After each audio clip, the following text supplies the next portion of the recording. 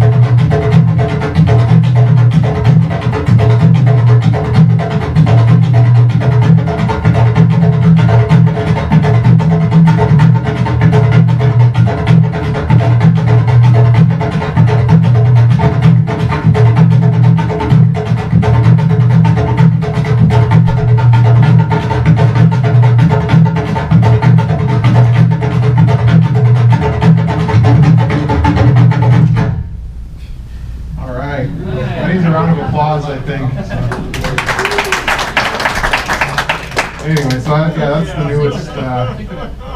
the newest Salesforce community conference. Were you on drums there, Daniel? That wasn't me. So Aldo's a great guy. Aldo Force on Twitter. If you guys have any feedback, maybe let me know at the break.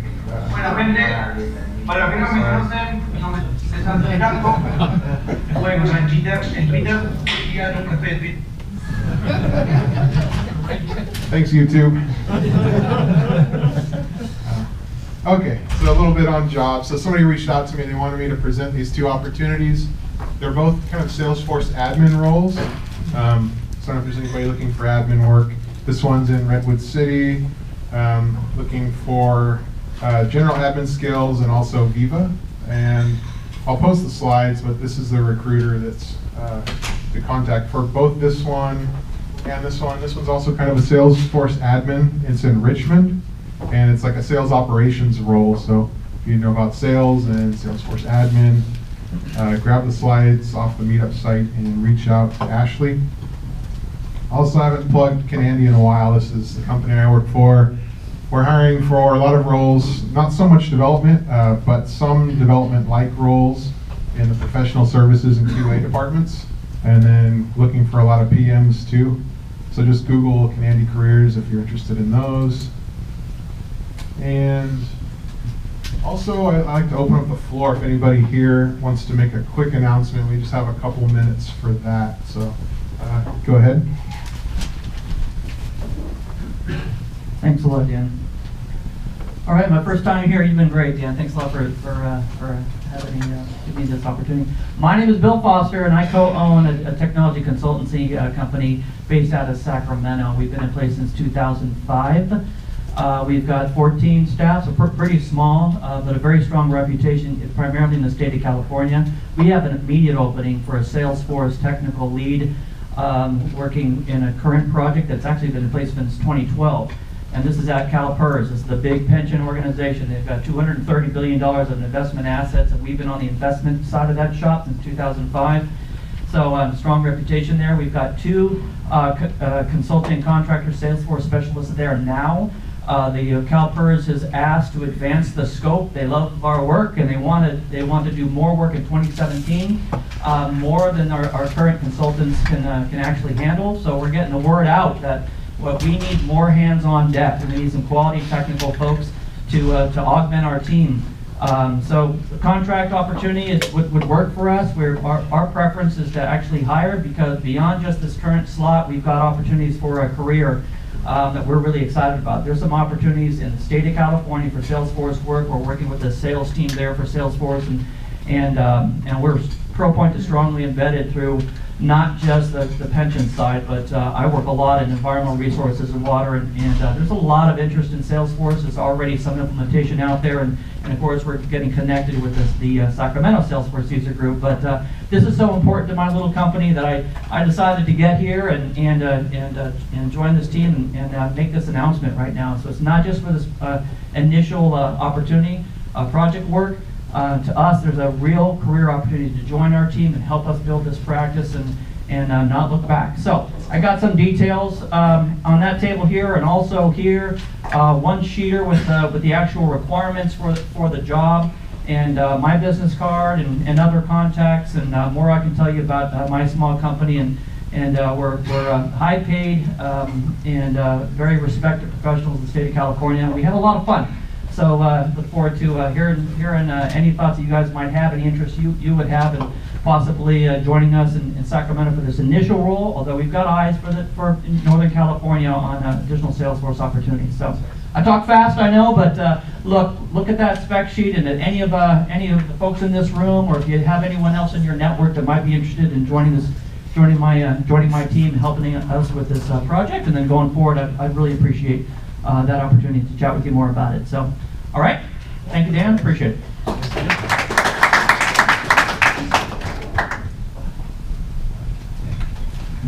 Thanks. So my name is Simon, and I'm going to be quick. I'm working with AutoRabbit, and we're looking for Salesforce architects and sales executives. Secondary, probably not so important here, but yeah, if you're a Salesforce architect, especially with knowledge in Java, we are an end-to-end solution for continuous integration, also in AWS. And we will be entering in the ground level, but we're growing fast. So, just go to auto.com and join us. Thanks.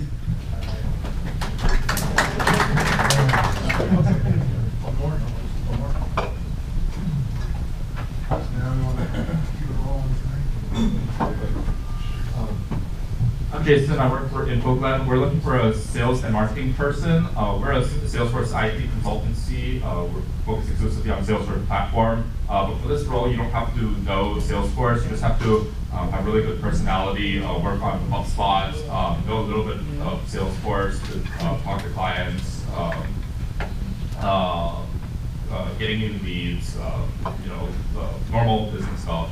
And we have a great team in Santa Clara with 5 people. We're really close. We have lunch all the time together. And if you have any questions, you can contact me. Also, if anyone is driving back to Mountain View, I would like to carpool.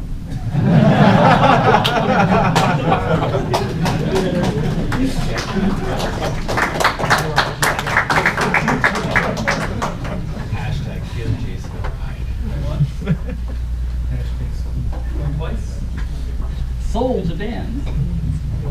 All right, one more quick announcement. You guys, there's Salesforce stickers and a few Stack Exchange shirts on the table when you first come in. Make sure you grab those during the break or on your way out. There's some other stickers and things here too. All right, so the reason why we're all here, Salesforce DX. So we've kind of got this dream team panel of people. If you want to match up the names to the faces here. Is John here? John here? Right there. Hey, oh, no beard. There.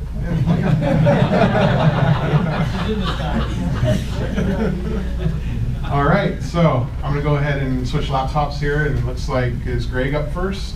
Yeah, Greg and Josh. All right. Greg's And laptop. they can introduce themselves a little more too. Thanks a lot for coming out, guys. You work here.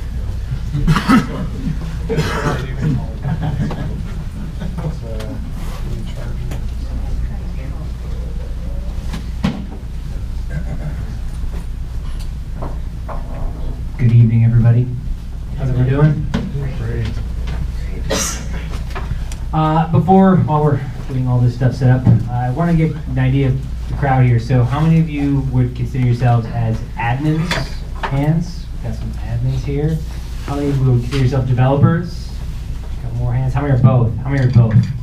Yes, the truly powerful who could do all things. How many still have a fridge full of Thanksgiving turkey? How about a cabinet full of Halloween candy? Anyone still got that? Okay, it's not just me then. So yeah, Salesforce DX. How many have heard of Salesforce DX? Good, everybody. So, all right, thanks. Thanks for coming. By the way, I love you guys. You guys are my people. This is the group I like to talk to most. You have the best questions. You know what's going on out there. You challenge us in ways that most kind of conversations don't. So I appreciate being here with this group. You're the reason we do what we do. You guys are the ones that consume our products. So this is fun. While we're still waiting, I'm just going to pretend this is Salesforce DX and remind everyone. So I'm Josh Kaplan. I am a product manager. I've been here at Salesforce for 7.5 years. Started my career at Salesforce in services, working with customers, building out their applications, using the platform like many of you do. That was my day job for the first 2.5 years at Salesforce. So I've been on the other side of the fence, and I've lived through a lot of things that you come to me with as questions and problems and concerns. I've lived through them firsthand. And I am super excited about Salesforce DX. It is the sort of answer we've been sort of like poking around for a long time and addressing in small drips and drabs and never really getting to the true root of the problem. And what's been exciting about this project is we've taken the time to step back and say, what do we really need to do? If we were starting over, how would we do this? What would be our approach? Rather than saying, well, given where we are now, how can we sort of iteratively go forward? And in doing that, it released us from a lot of the constraints. We didn't have to use the word sandbox. We didn't have to use the word metadata API. What would we do to build this thing from scratch to make it like a modern software development platform? And the result of that is Salesforce DX, which is still to be seen on the screen at some point. Some of the things we decided we liked. We liked some of the things we had, we kept some of them. Some of them we thought were good but needed to be fixed. And some of the things that we had we thought needed to be more or less discarded completely and rebuilt again. And that last bit is part of why this is we can't just sort of like voila in one release give you everything. There are some very large efforts going on to really address the problem at its core, instead of incremental changes to one thing or another. so yeah, I guess that's kind of a little bit of the inside baseball and what we were, how we got to where we got. And I'm just gonna start talking. So safe harbor. As you know, we're going to be making forward-looking statements today, so please make all purchasing decisions based on all publicly available information. I can talk because I know the slides pretty well. The first slide says the principles of software engineering. What are the principles of software engineering that we thought were necessary to apply to our platform? There's a lot of different things you get with Salesforce where you come and you say, I have to do what? Like, how many times do I have to click that button and I can't do this thing that I'm expecting to do? And we wanted to get rid of a lot of those and make development and application development on the platform more like other places you've been in the past, whether it's Java or whether it's .NET or Node.js. The same patterns used there, we wanted to bring those to the platform. Things like your source code is your source of truth, not your special snowflake org. Things like team development is necessary. Individual development is great for small projects, but anything of value, anything of any sort of size and weight is going to be a team. So team development being a core part of the problem. Continuous integration, continuous delivery, automating the process of making a stable and secure application rather than sort of having to do a lot of manual steps, making sure that you can be consistent in the thing that you are delivering over the course of time. We have picture! Hooray! Do not click the update button because then we're going to have a restart and no picture. We have picture, but we have the dinosaur. Close. We're so close. Feel it. Sense it. All right, there we are. Salesforce DX. Like I said, present. Let's see what's next. I was right. It wasn't that safe. So here we are. Modern software delivery, the things we're going for. So everything's driven from your source code. Team development, like I mentioned, automation of your continuous integration and continuous delivery. Open standards, making sure that you don't have to switch tools to use GitForce or Jenkins Force. If you want to use Git or Jenkins, you want to be able to do that. So building around an open architecture that lets you use industry standard tools to interact with the Salesforce application platform. Environments easily creatable and disposable. Talk about those in a bit when we get to Scratch orgs. And yeah, I think I got to most of them. So let's go to the next one. So this is where we were. Kind of the situation of, I call it the principle of least surprise. Trying to get away from where we're saying, I have to do what things on the platform, and get into, oh yeah, those are the things I'm supposed to do when I build an application. I mentioned the special snowflake org. There's things in the org that are only in the org, things you have to do by hand, and that is really the true representation of your application today, as opposed to it being a series of files of code and metadata that you store in a version control system that you can establish anywhere. Where would you establish that today? You've got sandbox environments, they live forever. You're expecting to press play at the top of your IDE. You run an application container, have your code run in that container, do what you need to do, and then hit stop and go about your day. So moving from this org that lives forever to these easy to build, temporary for the time you need them environments. Team development being more important than individual. All the manual processes. The 62 org, you guys know what the 62 org is? You know the 62 org. You guys remember this is our internal implementation of Salesforce. I've seen their release spreadsheets of the different manual tasks they have to do, and there are many, many, many cells on that spreadsheet, and there are different colors for which time they have to do which manual things. We want to get rid of that. We want to automate that. We want you to be able to know that the changes are being made in your development environments are the same ones you're going to make to your user test environments and your production environments. And yes, CLI driven, so we don't have to use a bunch of Salesforce only tools. You can use those, or you can use the ones that you like from your past. Introducing Salesforce DX. This kind of just says a lot of the stuff I was saying before. This is where we get to the point where you can have modern software application development on the Salesforce platform. With source control being the source of your application, making sure you have an efficiently tested application so you know it's going to be consistent and you know it's going to be the exact same application you've been developing in the production system for your users, and open to use the tools you want to use. So how are we going to accomplish that? We're going to build a lot of things. Before we go there though, I think there's another slide, which is, oh no, this is the next slide. We'll go back. Go back, other way. So there's a lot of different parts, a lot of moving pieces here. I think in fact there are 9 different internal teams working on this. It's more than a product, this is a project. It's a lot going on. And each one of these got its own slide here, but I'm going to go through them briefly now because we're going to jump in. You guys don't want to hear me talk all day, right? I will do that, given the opportunity. But I want to show you, we want to be able to show you some demonstrations and let you guys ask us the probing questions. And kind of hard to read, so I'll talk about them. Source code, I mentioned this a bunch before. That's the source of truth. That is your application. That's going to be the way things work in the future. Where are they going to live? Scratchworks. You guys heard of Scratchworks? Scratchworks are awesome. They're going to be the best. Scratchworks are a temporary container, not like a container like a Docker container, but think of it as a conceptually container where your application will run. We'll take it from the source control system, we'll populate this container in which you're going to run your development operation or your testing that you have to do, and then we're going to throw it away when it's done. It's going to only be used for that simple purpose. It's not something that has to live forever. You don't need a 24-hour refresh interval. You spin it up when you need to use it, you do what you need to do with it, and then it's going to go away, like it's supposed to be everywhere else in the world. Does it include data? Does it include what? Data. You can bring your own data. So the idea is this. You're building from scratch. So that's called a scratch org. It's empty. There's nothing in it. You will say, here's the metadata that I want pushed into the org. Here's the org shape I want pushed into the org. I want multi-currency turned on. I want chatter turned on. I want lightning experience turned on. And then you're going to say, here's sample data that I need to do development. I'm building a lightning component. And lightning component's going to be pretty silly if there's no data to show. And I don't want to have to go add an account and a contact and a lead every single time just to see the lightning component I'm building. So you can have a stock set of data that you load in, which you're going to have like a nugget of data that's in your version control system that everybody uses to have.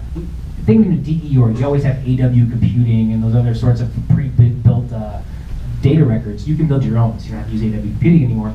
And in your data model with your custom objects. So yes, you'll be able to add data to do the work you need to do. Also for testing, when you're doing UI testing or API testing, which doesn't build the data inside like an Apex test would, you can put your test data in place as well. So you can spin up the org, fill it with the data, run your tests, and then discard the scratch org. So the scratch orgs are going to be the environments you've needed all along to do your development and your testing. Yeah, it's going to be good stuff. Salesforce CLI. Turn to you now. Go into scratch orgs a little more. Why don't you really explain what a scratch org is? How's it different than a DE org? Put me on the spot here. How's it different? So, okay. Scratch orgs. New environments. This is exciting. This is the easiest way for me to explain the difference between them is first to say what they're like. They're a bit like a developer sandbox in that so DE orgs are permanent, and that once you spin them up, we really don't ever get rid of them. We will eventually, but they usually last forever. They're built from this basic template that has some schema in it and some data in it. Whereas a sandbox org is going to be empty, but then populated with the information from the parent org, from your production org. The scratch org starts like that sandbox org, but then it populates from the source control system instead of always copying from production. So it's kind of like a dev sandbox in the way it's sort of born. It will replace a lot of the use cases for which you would use a developer sandbox today.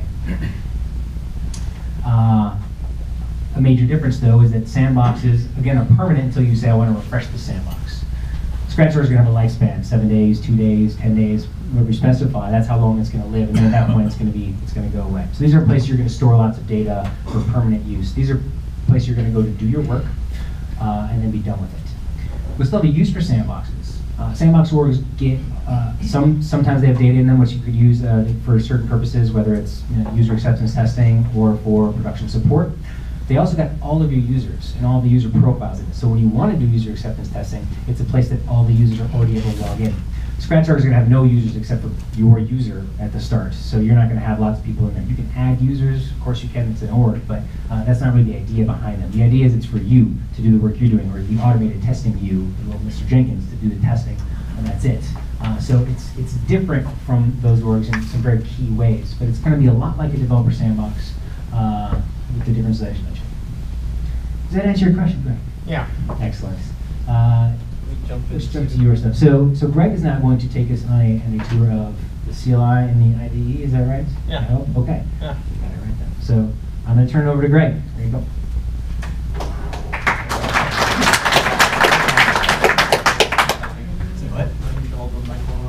Oh, yeah, sure. But we'll do it for it. All right. I have an assistant here, Adam.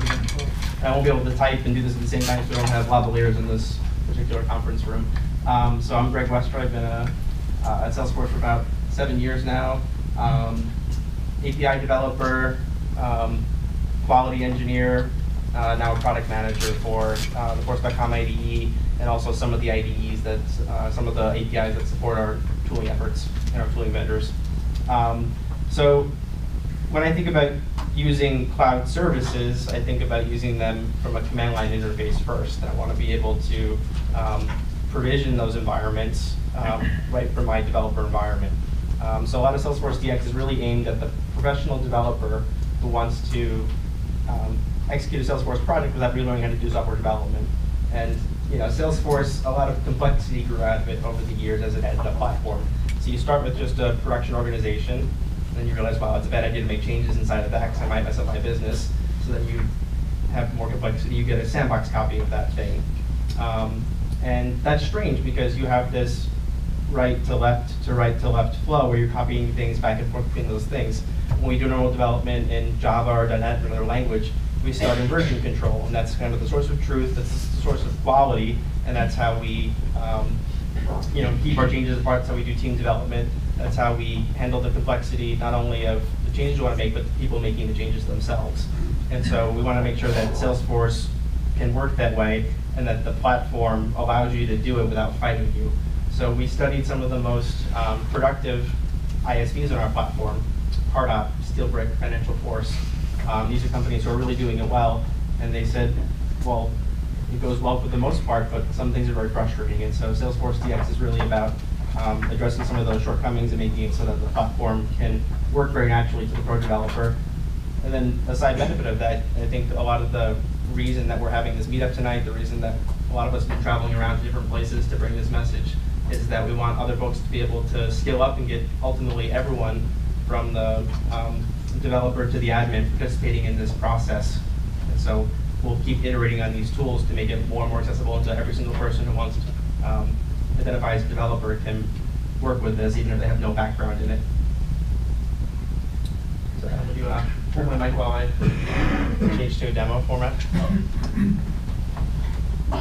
Good thing we had our laptop glitch for the night. Yeah. No, what happened again? I don't know what was wrong. So what I'm going to start with is a version control system. So in this case, my team has an application called SFDX Dreamhouse. Did anyone go to Trailhead X this summer? Trailhead DX? Cool, so Dreamhouse is a pretty big application that you saw there. I have that application here. And so what I'm going to do is start from the very scratch as if I was a new person on the team. And what I want to show you here is that in less than 10 minutes, I'm going to go from a developer who had nothing on my workstation to every single thing set up. And so our goal with Salesforce DX is to make sure that if you hire a contractor, that you can onboard them almost the same day. So I'm going to clone existing Git repository. I already have the URL copied in here. I have my special password set up. I'm going to go ahead and pull out all the branches. And I'm going to also ask it to import the project as it copies it down. So this is the brand new version of the Force.com IDE. We know the old Force.com IDE is frustrating. We know that syncing to a sandbox is frustrating. We're going to get a gigantic gain in performance just by starting a version control instead of trying to walk the entire metadata tree and pull it out onto your machine. Additionally, we're going to get full history about all this metadata since it's been in version control, so it won't be like, well, where did this come from? When was that introduced? We'll be able to tell that right away. And since I'm a good developer, I'm going to go ahead and create a new branch before I start doing my work. I'm going to call this Force Demo Night. And so when I jump into the Project Explorer, I see something much larger than what we had for a traditional Force.com project. We want to introduce a lot of flexibility in these projects, but we also want to be a little bit prescriptive about how you can be successful with it. So any pro developer will feel at home just creating their own folders inside of this, but we want to start to introduce the concepts of separating Apex classes from Apex tests, for instance. If you want to organize things in folders, we want to make that completely available to you. So with the Salesforce DX project, you have one developer identity. How many people in this room have more than one DE org? Right? I think I had 26 of them when I got the emails about password resets or about inactivity. And so the idea here really is that you should only really have one developer identity per company. And so everyone in your company should log into one common development organization and then be able to provision as many environments as they need to be successful with software development tasks. So what I'm going to do is authorize to something called an environment hub. So an environment hub is supposed to be the place where you and the developers of your company can log into and provision as many environments as you need to do your work. And so what I can see here is organizations not only that I've created, but that other people on my team have created. And so now that I've authorized to this, I never need to do it again. And what I can do is go ahead and create a new Scratch organization for my work for this new branch that I've created. So right from the IDE, again, all these tools are available on the command line. What we've done is map them into the IDE to make them quicker. So you can get a lot of things done with clicks. And so I'm going to provision something called a configuration file for a Scratch org. So a DE org does not represent the production organization that your sales people use or that your users use. If we're going to do DevOps and development, we want to actually have something that's going to be the same as what our developers use, or the same as what our users use. So we can change this to an enterprise edition.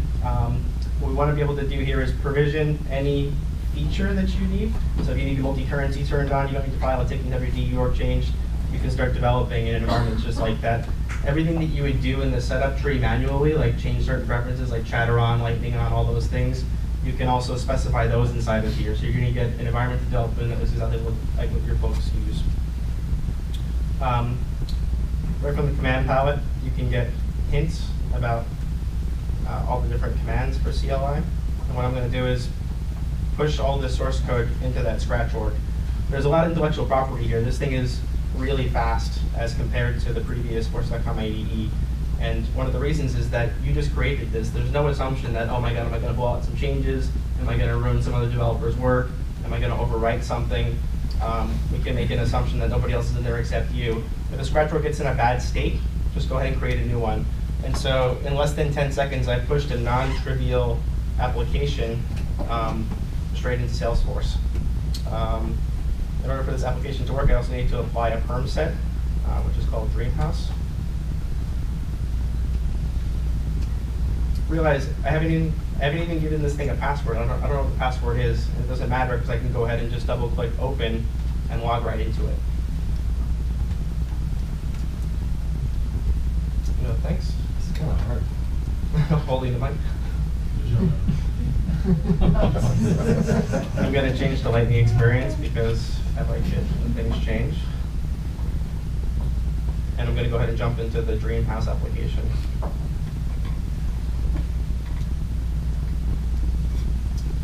And when I go to the Property Explorer, it's blank, there's nothing inside of it. So we think that for people to be successful with your application, to understand it, that you should actually, keep a few records of data that you can go ahead and load into these custom objects so that it does something, so that your developers are trying to understand what is this project, how does it work, that they can grok that pretty quickly. So we have a quick data import command. Now this is not meant to replace a full sandbox. This is not meant to copy millions of records in. The idea here is to put 10 records in each thing. And so I'm going to quickly push data in. I'm going to go back to the org and hit refresh. I'll start seeing properties. So think about like projects that you've used and you had no idea how they worked because you didn't have the data set up, nothing was right. The idea here is to make this so that anyone can understand it. Sales engineers can demo it, everyone can demo it. So let's go ahead and start making some changes because we're developers, we're not just playing with it. So maybe I'll go into the property list that we're using. I'll open up the Lightning component for it. This is the new Lightning editor that we added to Force.com IDE this summer. Super nice to work with, has tons of code hinting, has the multi-tab editor. And so I'm going to go over to the style sheet. I'm not a designer, but I know enough to be dangerous. Let's change maybe the background color to black. And then we'll go ahead and just push that one change. Something else nice about this, Salesforce DX doesn't care what version control system you use. You can be using Git with GitHub, Git with Bitbucket, CVS, Perforce, it doesn't matter. the command line interface itself is doing a lot of things to watch what files have changed, and it's only going to push the ones that you touched. And so it's not dependent on you using Git and it watching those changes. So if I go back to Git and I say Git status, extreme house. Move it up there. Get to the bottom of the screen. Right? Yeah, I'll move it up. And go ahead and show me I've changed those files. SFDX doesn't care that you use Git. It's going to find the same thing. It has a file watcher. It sees which files have been changed since the last time you synced. It's only going to push the relevant ones. And if I go back to the application itself, I should see that my amazing style change popped up inside of there. And so now I have a black edge on that thing. Now I think this was a good idea, so I'm going to go ahead and commit it. And again, if you're using the new version of the IDE, it has all this version control built into it. So what I can do is take those changes, drag and drop them. Say changed background to black. Commit and push those. And the whole idea here, I mean, I realize Git can be complicated, but nothing I did here I don't think is complicated. I haven't even left the IDE yet, and I've actually committed something back to version control. So we're trying to make this ramp easy for folks who don't have a lot of experience with it. And so when I go back to GitHub, I'll go ahead and say, hey, force demo night showed up as a change here. So I'm going to go ahead and do a pull request. If you're not familiar with pull request, if you haven't worked in teams with Git, it's considered rude to just merge something into master. You're supposed to kind of ask your teammates first. You're supposed to get a code review. So if our foundations of quality are version control, the ones that build on that would be having your teammates review something, adding tests to it, and being able to know if the quality went up or down based on every granular change that you've made. And so what I want to do is create a pull request off of this. And something really neat's going to happen. Heroku is watching for the change that I just made. And so it's going to go ahead and request the deployment of my change, and it's going to build a whole scratch org by itself without me doing anything. And so it's not like, oh, well, it worked in my scratch org. Now we can get an independent verification that just from version control and just from a container out on Heroku that is built in the proper way. So this is essentially a continuous integration process happening. You don't need to use Heroku pipelines and Heroku CI. All of these technologies will still work with any public CI system like a Travis CI, a Circle CI, a Drone.io, or if you have traditional continuous integration farms in your work, like either a Bamboo farm or a Jenkins farm. Those things can also use the Jenkins slaves and use the Jenkins containers. The only thing you need on those environments, let's say you have a Jenkins slave, would just be the Salesforce CLI itself. So something interesting about CLI, this entire IDE was powered off of CLI. All the commands that I did here were delegated down to that command line interface. We can make a build script with a 5-line shell script that just says, authorize to an environment hub, create a new scratch org. Those 5 commands that you saw me do, that can be your entire build script plus deleting the scratch org at the end. So it's a powerful piece of software. It's also something that's going to power your CI systems. So if you're using Ant right now for a build system, you may be able to replace that with this. Tie the whole story together. When we're finished here, when we've decided that this change is good and that we want to actually get it back out of scratch org lands and into the real world of sandbox and production, we have a few options. So if I tab over to Heroku itself, you can see my 3-months application. What I can do is take this staging environment, and I can actually map that to a sandbox environment, and take my production environment, map it to what my sales users would be using. If I was in an ISV situation where I'm distributing, staging might be some kind of sandbox or other UAT environment, and then production might be actually a packaging org with an upgrade script on the end that's going to push to all customers. So we're trying to cover both advanced IT use cases and traditional ISV use cases on the platform, and take away a lot of the friction that used to exist in the product.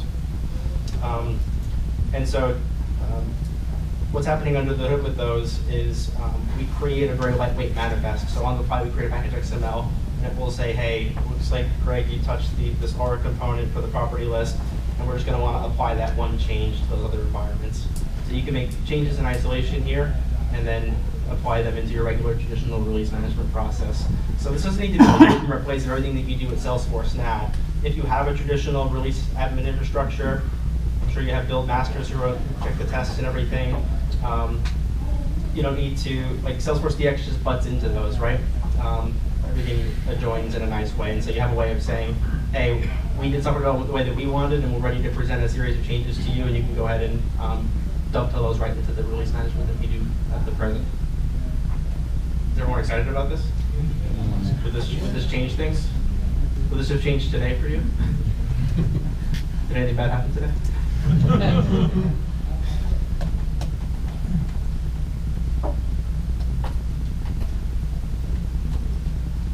So let me just make sure I cover the whole entire shape of the product. One of the biggest things with the IDE, one of the biggest requirements I have told the team, I said, I don't want it to look like 20-year-old Java software, even though I like that stuff, not everyone does.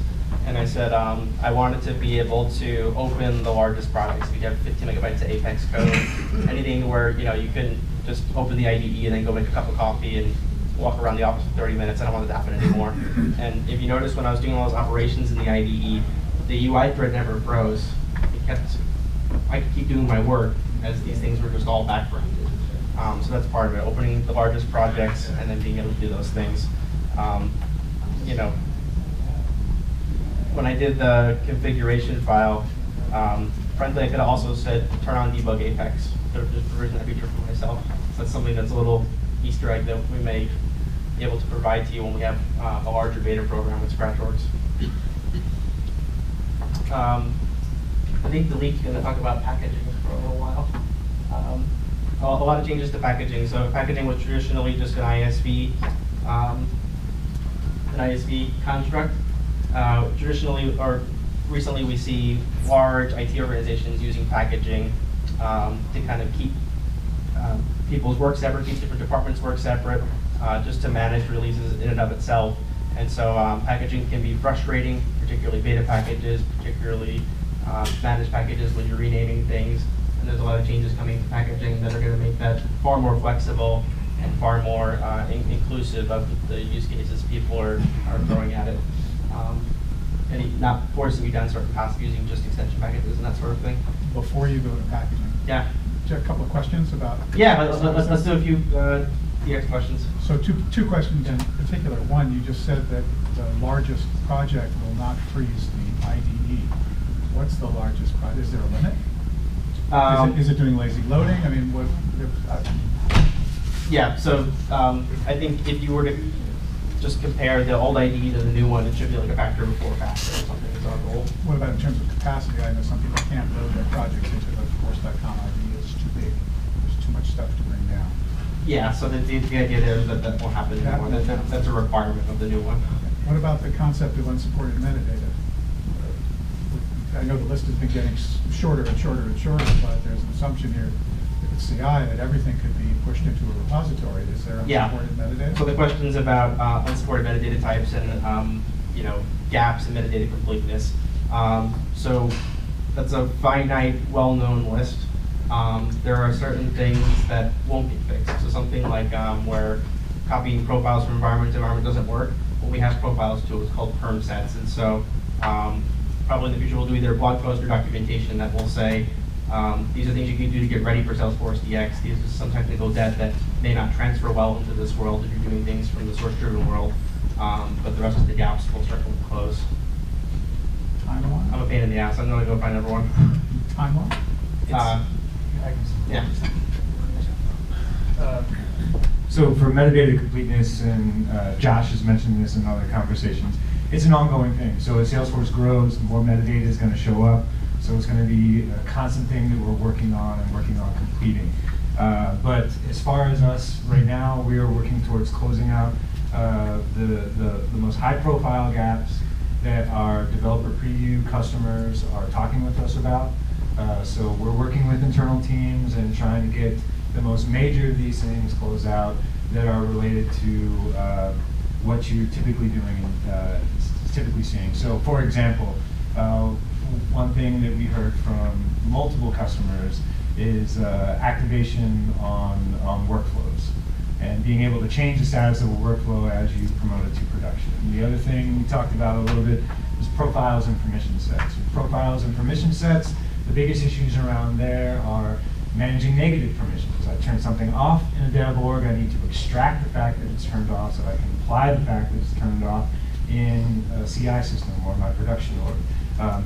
We're actually working on both profiles and permission sets to see how that goes. Profiles are going to be a little hairy, but the idea is we're going to be able to extract all of those negative permissions so you can truly manage it like a piece of source without having to worry about the junction nature that you deal with when you use, say, the ant tool or packaging right now, where you have to say, you know, if you want the entire package, you have to extract everything with it.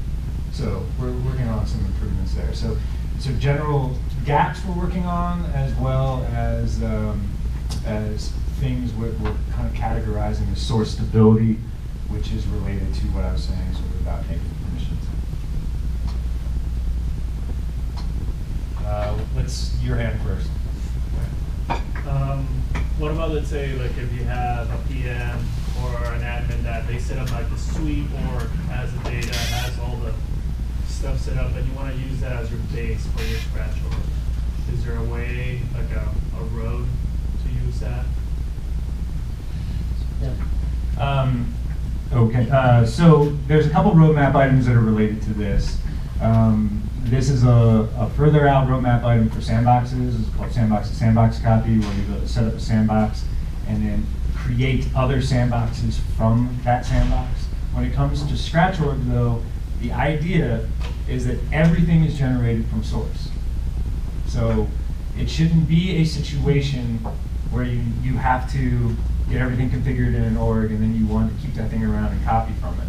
You should be able to just extract all that source that represents what you just put together and then spin it up again and again and again based on that configuration. Could you extract it into like those JSON definitions and be able to say, well, this particular issue is that this client is trying to access this feature on this particular profile, but they just happen to have multi-currency on, but you want the rest of the org to set up, and you happen to have, like, I need 10,000 plus records of this particular object.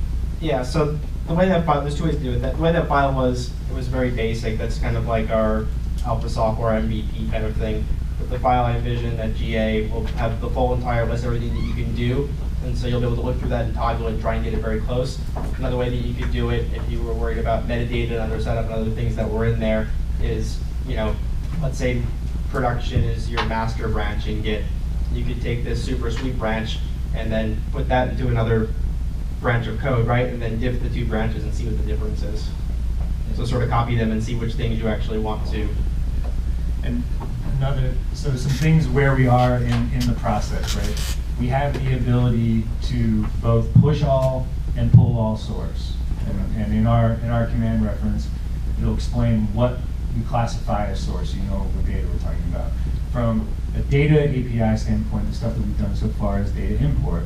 We are also prioritizing a data export command as well, so you'll be able to do that. One other feature that we are prioritizing in the next, it's not this release, it's the following release, is that org configuration. So he showed you that org configuration. Now, a lot of that org configuration is really important for our ISVs because they need to build up lots of different configurations for maybe lots of their different customer types. When it's non-ISV, non-partner, and you have a single target, maybe that is your production org, you maybe just need to test against that one org shape. And it may be hard for you to actually figure out exactly what that thing is. So we're building a tool as well to extract out that configuration file. So all of this stuff should be bidirectional, again, with the idea of what Josh said. First, everything should be driven from your VCS. You should be able to put all that stuff in there and recreate these orders. If someone deletes that org by accident, no big deal. Your developer can go right back to where they were in source control and spin it up from where they were in that branch. Behind you, then you. So if my app is having, is dependent on some managed package code, how does that translate into a scratch one? Sandbox, you have it listed, it create a managed package to run basics, but, So one thing that we don't touch here, which is also part of our plan, which gets into some of the packaging work that we're doing, is managing dependencies across package boundaries. So I don't know that we can say specifically how those will work itself out, but there are dependencies across your code. So if you are developing a package, and if you are dependent on a managed package, we'll resolve those dependencies in setting up the org so you can develop in the way you need to. Here, look, you answer this question. Can you elaborate a little bit on your question? I'm developing an app and I'm using a managed package object. And so, because in order to deploy my code, I would need that object to be there. And also the logic around the managed package trigger to be there. But I cannot retrieve a managed package code because it is not visible. So how do I go about it? So some of the process we have is when you create the scratch chart, you should have some mechanism to specify these dependent entities of packages so that they get pre-deployed into the scratch chart once it's spun up, so that you're ready to do the deployment. As John and Josh both said, we want to give you the scratch chart in as empty a state as possible, but after that you'll have a lot of flexibility in terms of injecting both metadata and data to get your development started. So in your use case, we will provide you mechanisms with deploying that dependent package into the scratch chart for you to start the development. How does licenses work? Because managed package have licenses It gets into details, but if the managed package is owned by you, you can override licensing, right? So it only happens. So there will be some interesting issues once you start working with dependent packages where you're depending on some package that some other partner has developed. But okay, so there we are still designing in terms of how it's going to work. Maybe in that use case you're going to install. So we're going to trigger an installation of the package into the scratch chart to enable you to start development. And we're still debating whether we're going to enforce licensing in scratch charts or not. If you remember, for a period of time, we did not enforce licensing in sandbox instances. We may do something similar in scratch chart.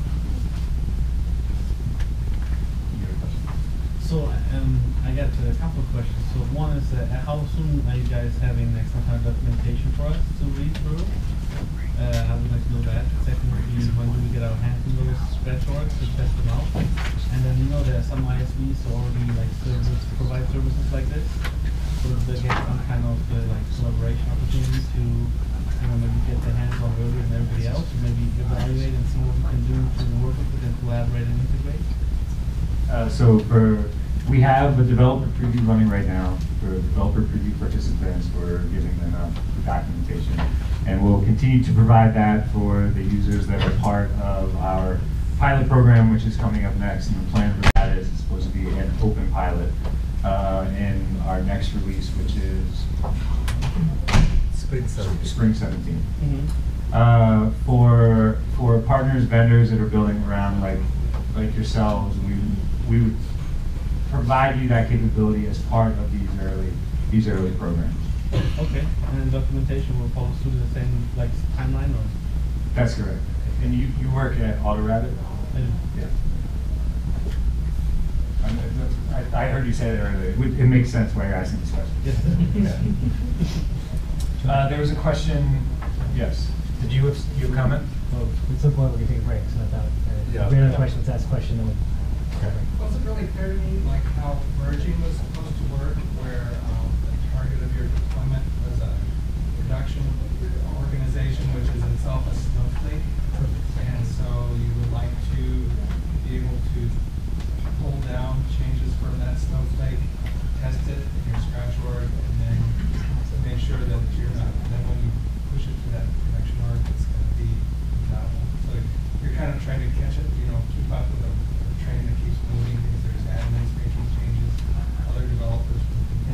Yeah. Okay. Go for it. You got it. Okay, there's a lot of questions. So I'm going to try to rephrase the question to make sure I got it. And if I got part of it, let me answer, then you can tell me the part I forgot. So you're saying changes being made in the production org. How are those being reflected in your developments? So we have a rare beast in that we allow that to happen, that changes can be made to production system. What other system do you know where you actually make changes to production to your actual core logic? So it's tricky. Not everywhere. You can lock that down. You can make it so nobody can make changes. You can give that permission to nobody and make them all do their work in sandboxes or scratch orgs. Or you can say, we've got people who make changes directly in production. I think a lot of, as your application gets more complex, most organizations move towards a model where changes get made in other environments like scratch orgs before being brought into production. But how do you handle it when you haven't done that? We have, someone mentioned before, there's source push and source pull. There's going to be the ability to track the changes that are being made in a scratch org. So if I'm doing development in a scratch org, I'm not just writing Apex code, I'm also doing some schema changes, or I'm making changes to a Lightning component using the app builder. I'm going to do those in the setup UI, and so I need to be able to extract those out and store them locally in my service, right? So we have this ability to see the changes being made and pull those down and store them locally. That same mechanism can be running in the production org, watching for changes that are being made. Someone is going to have to be responsible for taking those changes and applying them as a change to the version control system. That's probably the same person that's eventually going to say, stop making changes in production because I'm sick and tired of making these moves from here to there. But that's the way it'll work. There'll be a record of the changes that were made, and those are going to have to be manually put into the source control system. I wouldn't recommend running that way because it's very difficult to be sure that you caught everything and you didn't miss something along the way. The end state is that the development experience in a scratch org for an admin who likes to make workflow rule changes will be close enough to just developing a production that there should be very little objection to doing that. And then it will go through the exact same process. It will go in, test will be run so that they can't make something that breaks everyone else's code directly in production. So hopefully that experience is clean enough that admins will say, yeah, just give me my environment to make the change, I'll make the change and I'll push the apply button when everything's ready to go. But otherwise someone's gonna have to do that trick. I mean, so for example, Salesforce has the ability to make changes directly into production as well. And there are very few people, maybe a couple people who are allowed to do that in emergency situations. They are then responsible for going and making the exact same change to all the other code lines that they made to that highest level thing. There's probably always gonna be somebody who's got that skill, but that person is a lot of responsibility. With great power comes great responsibility. They have to go through and make those changes back through. It's risky. It's not the greatest thing in the world, which is why I think most people, once the experience is fully in place, will start moving to a, let's develop in the development environment and apply the change to production like upstanding adults. Was that everything? Was there more? It's just, when we work with customers, we're working with organization at, or we're helping them out in the area. So that they have to be reality. Right. Yeah, I mean, Josh, one thing. If I had that situation, I think what I would do is say, hey, if you wouldn't mind working in these set of sandboxes, and then just have some kind of little Git robot that's just polling them and just syncing other changes every half an hour, and then you sort of know that there is save points at least for what they were doing. And at 5 p.m. you can do your night work and get them in. Like Josh said, has got invented in version control. You can also talk to me after the show. Yeah, but there are a few vendors here that I want to call out. So maybe this is a good time to take a break, get a beer, then we'll have Dileep. Yeah, more pizza. We'll have Dileep get into more about packaging. But I see someone here, people here from AutoRabbit, someone here from BlueCanvas.io who's solving that exact problem. So you two should talk. Any other vendors here that are in the tooling space or that complement Salesforce DX? Okay, so Jack and AutoRabbit. So, do we need 10 minutes or 15 minutes? What do you want? Everyone shout out 10 or 15? 15. I heard more 15, my boss said 10. So 10. 7:45, you're going to get Dileep's view of the world. So everyone eat pizza, everyone drink beer. We said 10 minutes, it ended up being 15. You wanted 15, we got 15. That's why I figured if we said 10, it'd be 15. It said 15, we'd still be yes. So Dileep, my colleague Dileep Burki is here to talk about next generation of packaging. Packaging you may know as the thing that ISVs use to help deploy their code. And that's not going to be the thing anymore. It's going to be the thing that everyone uses to manage their applications, to distribute your application from your development environments to the place where the user is going to use it. So next generation packaging, Dileep, take it away. Thanks, Josh. Can you hear me well? Yeah. Okay. So, show of hands before I get started. Who amongst you consider yourself to be an enterprise developer or admin, working more? Okay. Show of hands, okay. And who amongst you consider yourself more like a Salesforce partner or ISV that does development? Okay. Looks like a 60-40 crowd. Okay. So as part of Salesforce, my name is Dileep Burki. I'm a product manager in the Salesforce DX initiative. As part of Salesforce developer experience, one of the things that Josh said is the charter was not to make incremental improvements, but to reimagine how things should work in the ideal world. So with respect to that, there are two related initiatives that I want to talk to you. If this dev event had happened 1 or 2 weeks from now, I would have actually demoed it. It's that close, but I thought it makes more sense to talk about this versus demo it because I don't think it's ready. With this, so if you're a Salesforce partner, you're intimately familiar with managed packages. That's what you use to distribute your apps on app and list them on App Exchange. For enterprise customers, we do a bit of hand waving. We say, you know what, why don't you use Force.com migration tool, why don't you use the Ant tool to deploy stuff. And as part of Salesforce DX, we want to change that, we want to fix that. So take a pause. I'm going to talk to you about stuff that we hope will fundamentally transform how you do app distribution. Whether you are an enterprise customer, you are a sysadmin, you are a ISV, the stuff that we're trying to do should hopefully change the way you do application lifecycle management on Force.com.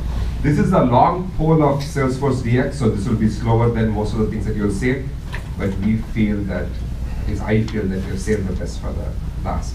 I'll also talk to you about feature enablement, which I think is a primarily ISV-oriented feature. That's something that we are piloting in spring 17. So you see my email, debug@salesforce.com. Drop me a line if you're interested in participating in that pilot. That's something that I think is really close to getting available here. So with this, almost everything that I'm talking to you will be followed with that statement. So take this with a lot of salt. So before I start talking to you, as I said, the whole goal of next generation packaging is to reimagine packaging. So we need to pause and talk about current challenges, because I've seen a lot of texts where people talk about all the great things that they're trying to do, but I want to pause and talk to you about what are the current challenges that you face. So packaging or app distribution or movement of metadata from one Force.com environment to another Force.com environment is very, very UI and org centric. We have a notion of a packaging org. You need to work within the confines of it, and everything is centered around that. There are a lot of operations. We're creating a package or adding components to a package. All of these things can only be done via UI today. So very UI, very org centric. And we are very ISV focused. When it comes to enterprise customers, we do a bit of hand waving. All these challenges that you guys spoke about. I'm a sysadmin. Josh said, if you're a sysadmin, you should not be making changes in production orgs, but we don't have a good answer to that. We don't have a solution to that. We say, use some tools and get you there. Very, very ISV-centric. And very linear version. If you are familiar with how modern development happens, where you create a feature branch, do development, you like it, you merge it, you don't like it, you abandon it. Very, very hard to do it with branch packages. And we have decided how upgrades work, how components behave once you put in a package, what can you change, what can you not change, what can you remove, what can you not remove. And we kind of feel that we made the best decision for you. Other than us, nobody else seems to do so. So that's something we will fix. And team development is hard. Managed packages is great if you have 2 developers working on it on a simple initiative. The moment you have a team of engineers collaborating, it pretty easily fits. And someone spoke of, you brought up this issue of, I want to develop some extension on that package. Forget about working with some other partner's package. Even if you are developing a set of packages and you want the base extension module, it's painful to work with it. To the point that many times we advise partners that unless you really, really need to create an extension package, don't create an extension package. Put everything in one package because it's hard to do. And any kind of scripting, Josh started with saying that, the ARC62 has a long list of things to do. We want to automate everything. That's all nice, but not doable today with the current capabilities of managed packages. And next generation packaging is intending to fix all of this, and we'll talk about how it's going to do that. So the fundamental vision of next generation packaging, and it's taken some effort for me because I'm very ISV focused myself within product management, is to get out of this notion and say, this is one application lifecycle management tool. It is one mechanism for you to distribute metadata. It does not matter whether you're an enterprise customer or you're a Salesforce partner. We have one process, one set of technologies that you're going to follow under the SFDX umbrella for you to manage this. So gone are the days when we say, if you're an ISV, do this. If you're an enterprise customer, do this. We want to take the best of both. We want to not only think about enterprise developers and ISVs, we also want to think about enterprise sysadmins. It's very critical that as a sysadmin, you can make changes that are manageable, that are in line with how your development organization wants to do it. So the goal here is to build a unified application lifecycle management system as opposed to what exists today. And going forward, please feel free to pause and ask questions. You don't have to wait till the end. I want to make this as interactive as possible. So come up with your use cases, come up with your questions. You don't have to wait till the end. So what are the core themes? The core themes is in line with what I said. Very, very important to us that we stop talking about ISV packaging and IT packaging. There's going to be one packaging in future, which is what we are heading towards. We want to improve your experience. And by that, what I mean is, 1 year from now, you should say that you're happier working on Salesforce platform than you are today. So we want to, just like how we talk about improved user experience, we want to fundamentally make you happier developing on our environment. And a lot of that has got to do with packaging, and we want to fix that. We want to fundamentally improve that. We want things to be flexible. We want to be less prescriptive and be adaptive to the fact that you're in a very dynamic environment, whether you're an enterprise customer or an ISV, and you should be able to apply changes that sometimes might be destructive, that sometimes might be deleting stuff in your org. We don't want to police you. One of our architects keeps saying that we have a bit of a nanny force, and we want to move out of that and let you make the best decisions. In every conversation that I've had with Salesforce partners, what I realize is you are more concerned about your customers than what we give you credit for, and Salesforce DX is all about enabling. And we are thinking about professional developers, a team of developers doing development. So the first use case when it comes to most of the stuff that we're talking about are mature developers, professional developers developing it. And we will slowly build tools and capabilities to make it easier for low-code developers. But we want to first cater to a complex use case of a large team of developers building a complex app. With this, first thing, all the stuff that I'm talking about with respect to next generation packaging, we internally call this artifacts. I struggle as much to come up with a good name for this as to build this whole product. So artifacts is very, very API centric. So in fact, from a lot of capabilities that we are building internally, we don't have the UI, but we have the API first. This is a fundamental transformation in terms of how we do things, because in Salesforce, we tend to build a UI first and then think about metadata API, metadata completeness, and APIs. SFDX, as you have seen, is end-to-end CLI and API driven. You'll be doing things using Jenkins, using CLI, using APIs, and UI is expected to be something that we build later on. The source of truth, as John and Greg spoke about, is the version control system. It's not a Salesforce org.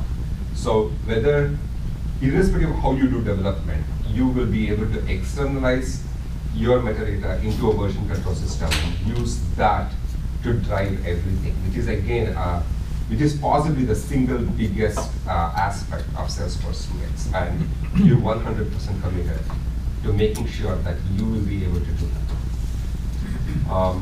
We want to support multiple batches of development, as I said. Today it's very hard.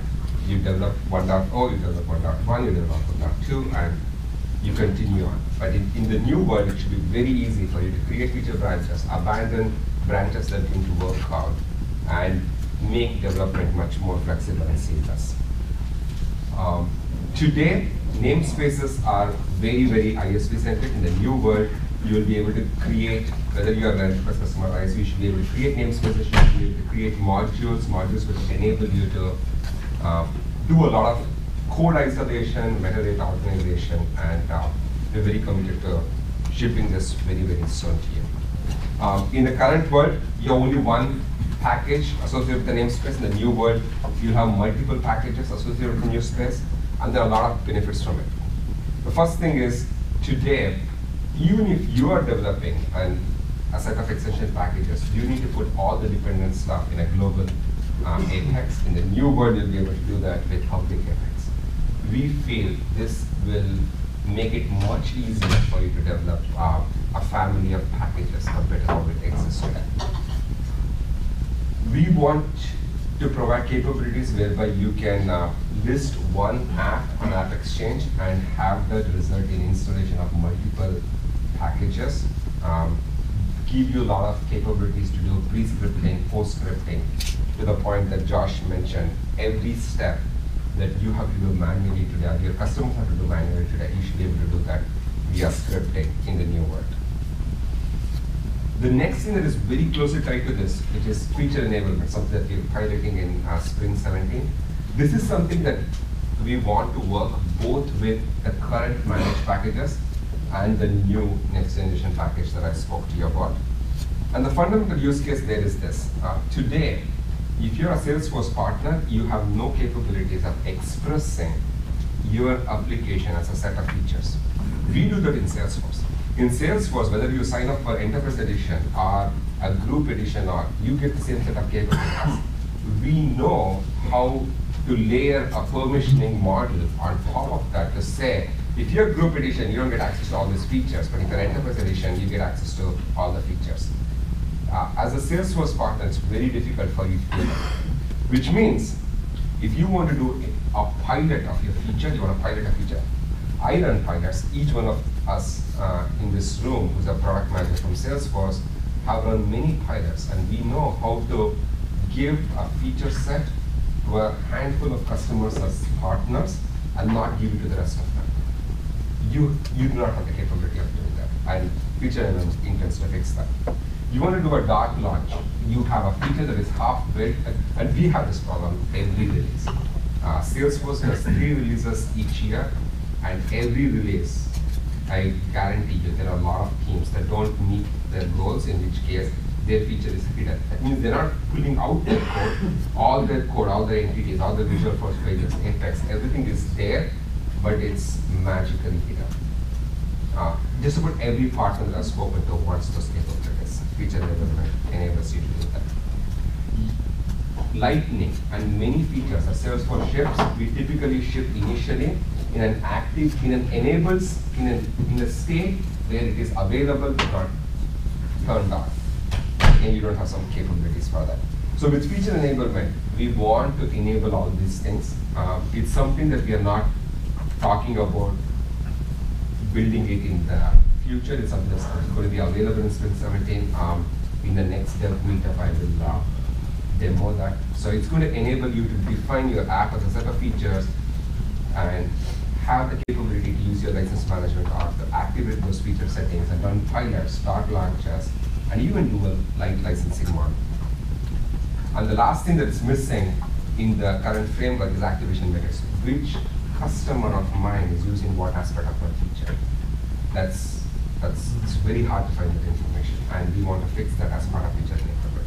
You'll be able to say, my app has 10 features, and this particular customer, I have provisioned 7 of those 10 features, and they've only used 2 of the features. Now I need to talk to them and find out why they're not starting. So this, in a nutshell, is what we are trying to do as part of reimagining packaging, reimagining feature enablement.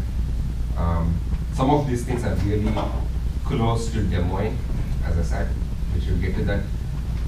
Next generation packaging will still take 2 to 3 releases for us to ship it in entirety, but we want to do a dev preview in spring 17, start piloting it in summer. So any of you that are interested in this, that have feedback, feel free to reach out to me. I would love to talk to you. At this stage, I'll open this up for Q&A. Go ahead. Will there be a roadmap for breaking up an existing large package into smaller packages? So one of the fundamental principles of SFDX, or this next generation packaging, is we want to provide a path for migration. So if you have managed packages and you want to move to this new next generation packaging, we want to provide a seamless process, because you have active customers that have put in active data and that are using it. So we're fully committed to that. The plan initially is to first build this new next generation packaging, and once we do that, we will provide migration approaches, and migration approaches may have different flavors. As you said, you want to take your package, break it down, or you may have multiple packages that you want to converge into one big next generation package. So we'll start addressing that issue once we have built a core feature set to come to you and say, why do we build the next generation? Can you talk a little more about what you meant by modules? Do those live within packages, or how do they relate to packages? So the initial thought, and I'm sure Josh can add to that, is the initial thought is, today, if you have a set of components in your package, one way for you to create isolations to ensure that your project object will not collide with something that already exists is by the namespace prefix that we provide. So with modules, the expectation is to again provide a similar prefix. So you can, but you're not going to make module distribution unit. Packaging will still be the distribution unit. But you can use modules to organize your metadata. So you can say, I have all my Apex classes that are logged up particular module, or you can say, I'm breaking it by features. Here is my expense management feature that's going to be in a particular module, and then put a bunch of modules in your package. But the fundamental concept will still be that a package will be the distributed unit. But you can have one or many modules within a package. I guess the follow-up question to that is, when you have like utility code, let's say you're an ISV, you have like 5 packages, there tends to be like code for deduping composite fields, and you end up copying to other packages. Is that having that multiple packages in the same namespace, is it going to allow you to not make those methods global in order to be able to call them, but not like your customers call Yes. them directly? So the expectation is, if you have 10 packages, all owned by you, all those 10 packages will have the same namespace. We'll recommend at least that you do that. Then everything that is shared amongst those 10 packages will be in public Apex classes. And only stuff that you want to be global, for your like the example that she gave, where you're extending some other partner's package, that part only needs to be global. So in the new world, things that are global will be truly global, versus what exists today, where we are like, hey, if you're building 2 packages, I know that you own both the packages, but if you want to reference anything, you have to put it in global. So the namespace is now like your company, basically. Yes. Okay, Yes. cool. Nice. Bullet point that said we'll be able to build a package from source code. Yes. So in the new world, there is no packaging org. So the way it would work is you will, so we are a bunch of developers that are working. Each one of us will spin up a Scratch instance. We will pull the code from the GitHub or any version control system. We'll do all the development, and we'll continue to iterate and do that. We'll check in, we'll check things out. And at the right stage, the release manager will do a similar thing. He'll pull the source from the version control system and will issue a command to create a new version of a package based off of the metadata that exists in his workspace. So you don't need to have any, it's not about you don't need to, there is no concept of a packaging org. Today with managed packages, you're stuck with one packaging org forever. In the new world, there is no packaging org. So it's truly source driven in the sense that whatever is there in the version control system, whatever your release manager specifies is what will be developed. And the other thing that we're doing is, as part of this exercise, we're moving away from this spider ring. So you will be able to create an artifact, a new next generation package, precisely using what you want to do. Okay, and then you mentioned we can have the same namespace and multiple dev orgs now. So like currently, you'll have your own main namespace, and then you might create dev orgs with like dummy namespaces, and you'll deploy the source code there, and it'll apply that dummy namespace. And then you might have dev orgs with no namespace. So you have to manage, if you log in these different orgs, you might see your source code with no namespace in one dev org, some random namespace in another, and then the packaging org, you'll see like your main namespace. So we're saying we'll have that main, whatever that namespace you choose in all your orgs. So you won't need to dynamically add it or detect it. You'll just always kind of hard code your namespace in your code. Is that? Yep. So the fundamental issue with managed packages is the org, namespace, and package. We have this strict 1:1:1 relationship, and we're fundamentally breaking it. You can have multiple orgs working with a same namespace. You can have multiple packages sharing the same namespace. So you don't have to do a lot of those funky things that you have to do with managed packages because of this 1:1 constraint that they've imposed. That should eliminate bugs because a lot of ISVs have to build code to dynamically detect namespace and things like this. Not only bugs, but also these crazy scripts that you have been forced to write to apply namespaces, remove namespaces, have fake namespaces. A lot of those things should go away with this.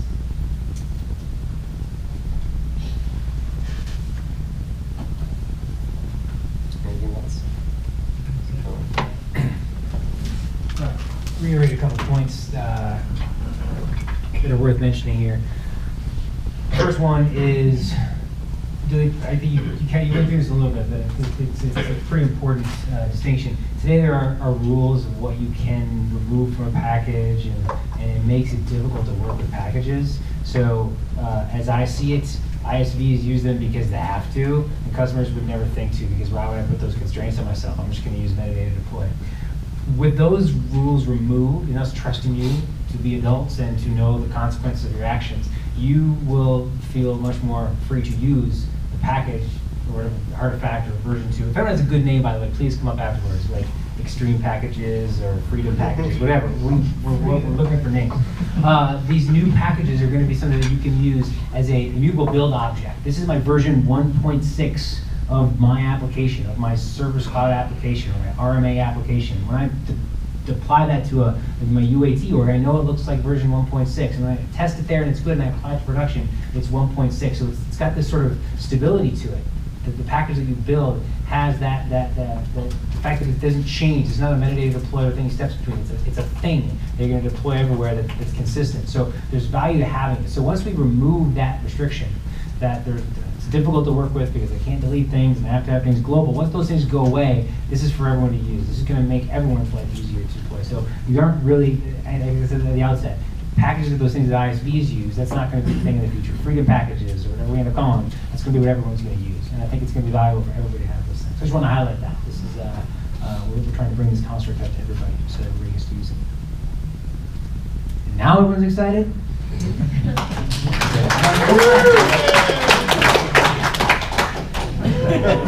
All right, other questions on other topics, not just on packaging. Any questions about the rest of DX things you saw here? Complaints, concerns? Looks awesome. Thank you very much. Oh, the stuff. I think that no, I know. Yes, thank you very much. So like I said, we've been working hard. We're very excited to deliver all of this. We're very excited to get it all out of your hands as soon as we can. Other questions, thoughts? Yes. Is there a current timeline for when all of this is going to be GA? Oh, great stuff. Yes, there was a slide. It's not there now. It'll all be available. No, it's okay. I'll just talk with you. The idea right now, so we have developed preview, this limited developed preview right now, which only works for our application. It's not for anyone's production code, just to get some feedback from people on whether we're building the right thing or not. That's going on right now.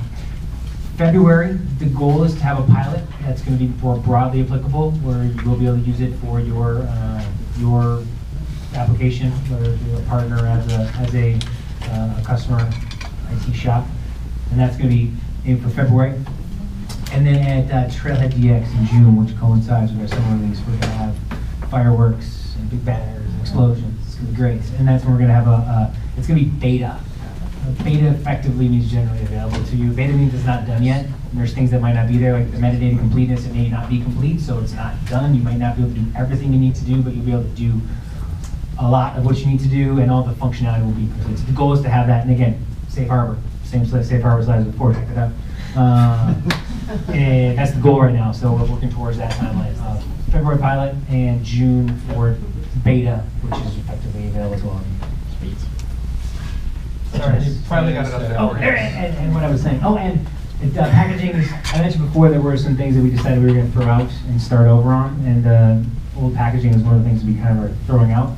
That's why you noticed it's kind of one release over. The developed preview is going to start in the spring, and we'll have a smaller pilot in summer, and then that open beta / really kind of GA in the Dreamforce timeframe next year. Question? Any plans to having anything on Trailhead regarding what we've seen tonight?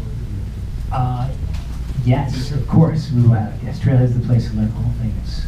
We don't have anything right now because it's in flux. Our docs are in flux. So that would be Trails, yeah. Once it's June and released, beyond. yeah. Once it's released, we'll have Trails out there for it. Yeah, definitely. Yeah. Question. I've seen the command line. I've seen it invoked via Heroku, and I've also seen it invoked via, I think, SFDX. Do we know what the final command is going to be? Wait now for this one. Near and dear to us. Both. Both? So we do plan to have a SFDX binary that you'll be able to use, but for those of you that are already using the Heroku CLI and have scripts written with it and automation built, you'll be able to invoke it both ways. So we're not going to be moving your cheese if you use it today, but there will be an SFDX binary for CLI. Thank you, Wade. More questions? Don't be shy. I know you have questions. You're not going to be here later. This is your chance. There you go. This is a pretty comfortable change for developers. It might be less comfortable for people who are doing like process builder type development. It's going to be unfamiliar to them. Are there plans to like enable scratch words and provision control for those folks as well? So it's something they're part of the too. Yeah, so we'll be offering 4-year CS degrees. The idea with this was, part of what we've done in the past in kind of like attempting to solve the problem is you end up with something like change sets, which is, let's build a UI that everybody can get their head around and use that to deploy their stuff. Then you end up missing a lot of the stuff you needed because you got a UI. And so we said this time, let's build the plumbing. Let's build the undercarriage first and make sure that's rock solid. But the only way you can interoperate with that is by using the command line and by writing your own scripts for Jenkins, which an admin isn't going to be able to do. So the first iteration was going to really only be for developers. People weren't afraid of the terminal window and all that. Atop that, we can build abstractions, which will make it easier for someone who's unfamiliar with those things to be involved. So we'll have eventually build out a user experience inside the setup which says, I want to make a change. You say edit, and it'll, unbeknownst to you, but beknownst to us, spin up a scratch org, make a branch from your version control system that we've set up on your behalf that you don't even know is there, and you'll be in an environment that looks just like production, but you've been making changes, and when you click done, unbeknownst to you, tests will run, and then the thing will be deployed when it's ready to be deployed. And then you'll have all the capabilities of knowing who made what changes when, and you can roll back if you need to, like you would if you had a version control system, but we'll abstract away all of that. So you won't even know it's there. You'll just know there's a button that says undo and a button that says make changes, and that's what you get. So first, build the functionality so that the whole thing works, so that you can have blended teams of developers and admins, and eventually make some sort of user experience that allows an admin-only team to sort of have something that's taken care of for them behind the scenes. Make sense? It will be fantastic. We have to get the undercarriage done first of all. So, other questions? Going once, going twice. All right. Oh, at the last second. I just remembered one. It's like wrestling. 1, 2. Oh, only 2. So the org shape JSON file. Can you specify increased limits, like the ones that you would file support cases for, like more megabytes of Apex, more data storage, more custom tabs, or is that going to have to be handled through Salesforce cases still? In general, you will be able to toggle a lot of the different permissions that are available sort of to us inside of our black tab. We can make changes to the orgs or conduct the provisioning. I don't know that I can say all of them are going to be available. The idea behind being able to change them is, let's say we are planning on activating Lightning in our org. I need to make sure that all the Visual Force pages work. So I want to have a development environment where I can turn it on and then run a whole bunch of tests. It's not the case you're going to say, we're about to go triple our Apex limits. What's going to happen with triple Apex limits? Because when you deploy back to production, it's going to be the same limits again. So that might not be a case where you can just go increase things. So it's not that we're going to make everything available. We're going to make available all things that you would need to express all the permutations of org that you might have, whether it's all of your subscribers or whether it's your production org and any change you're going to make to it. I think there are 1,800 different Boolean toggles on, literally, I think it's 1,800 different fields you can flip. 1,500 each is a lot. And I'm sure some of them don't do anything at this point. So we don't need to give these all to you.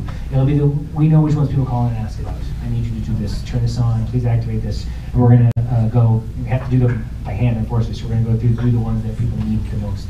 Some of them we'll never get to because we won't want to. We won't want you to be able to just spin your Apex limits up. Maybe we will someday. I don't know, but the plan is to go out the ones that there's probably a lot of ISVs that wouldn't be able to do a scratch org from their source code because they have to have these limits increased.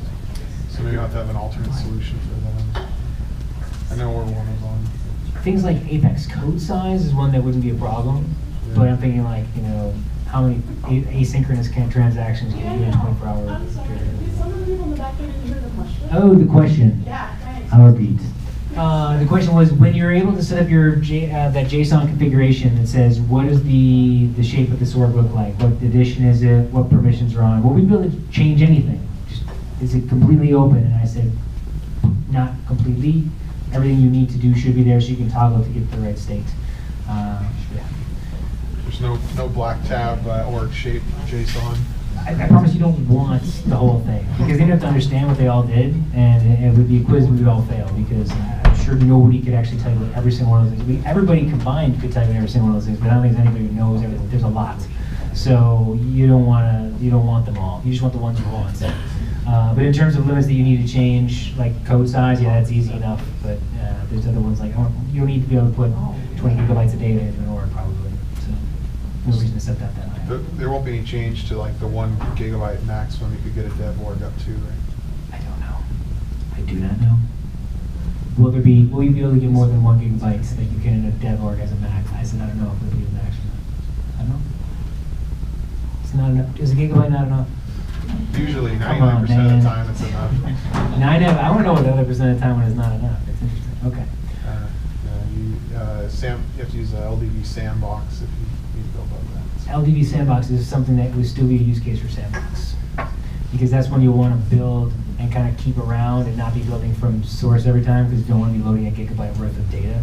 That's the other thing, is the scratch source is going to last you 7 days. So by the time you're done loading a gigabyte of data, in 7 days, your storage is going to delete itself. That's not good for anybody. So you'll be constrained by that in some sense. All right, other questions?